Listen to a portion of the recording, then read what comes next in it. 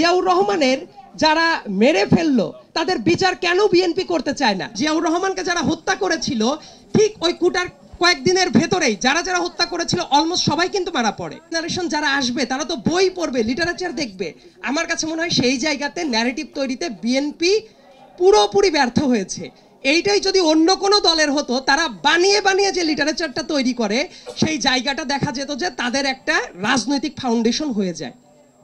আরেকটা জিনিস যেটা আমার কাছে মনে হয়েছে যে শুধুমাত্র বেগম খালেদা জিয়া, জিয়াউর রহমান দিয়ে কথা না, 2007 সালে 111 যখন চলে, নিউজ পেপারগুলো কোনো এজেন্সির মানে চিরকুট ধরে ধরে যে নিউজগুলো করতো সেই ন্যারেটিভ কিন্তু এখনো তরুণদের ভেতরে আছে। যখনই কোনো কথাবার্তা হয় তারা ওইটাকে টান দেয় যে ওই আমলেতে এইটা হয়েছিল।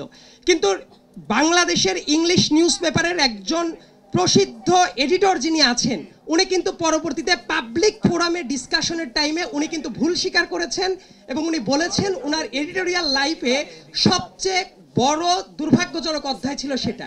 কিন্তু এই ন্যারেটিভটা যে বাজারে চলে, এইটার কাউন্টার ন্যারেটিভটা কি বিএনপির কোনো প্রচার সেল থেকে প্রচার করা হয়েছে? সেটাও কিন্তু করা হয় নাই। এই জন্য আমি বলি গ্রন্থ আড্ডা যেটা, এই আড্ডাটার পাশাপাশি আমাদের বোধহয় সামনের দিনের এই লিটারেচারটা দরকার ছিল। আমাদের বয়সে যারা আছেন, আমি 7-8 বছর ধরে যেহেতু লেখালেখি করি, একটা প্রশ্ন করা হতো যে জিয়াউর রহমানের যারা মেরে ফেললো তাদের বিচার কেন বিএনপি করতে চায় না? এইটা প্রশ্নটা খুবই জনপ্রিয় একটা প্রশ্ন তরুণদের ভেতরে। তো আমি যখন রিসার্চ করতে শুরু করলাম, আমার রিসার্চের ভেতরে আমি একটা জিনিস দেখলাম, জিয়াউর রহমানকে যারা হত্যা করেছিল ঠিক ওই কুটার কয়েকদিনের ভেতরেই যারা যারা হত্যা করেছিল অলমোস্ট সবাই কিন্তু মারা পড়ে কাউন্টার, এবং তাদের বিচারও কিন্তু হয়। কিন্তু এইটা ন্যারেটিভটা প্রচার না করার জন্য তারা এই জাতীয় নোংরা প্রোপাগান্ডাটা তারা ছড়াতে পারে। এটা কেন হচ্ছে? কারণ সফট ন্যারেটিভের দিকে মনোযোগটা কখনোই দেওয়া হয় নাই। সো আমার যেটা এক্সপেকটেশন থাকবে, এইগুলো শুধু দলীয় ইতিহাস না, এটা বাংলাদেশের ইতিহাস, এবং এই জন্য আমাদের সফট ন্যারেটিভটা অত্যন্ত গুরুত্বপূর্ণ।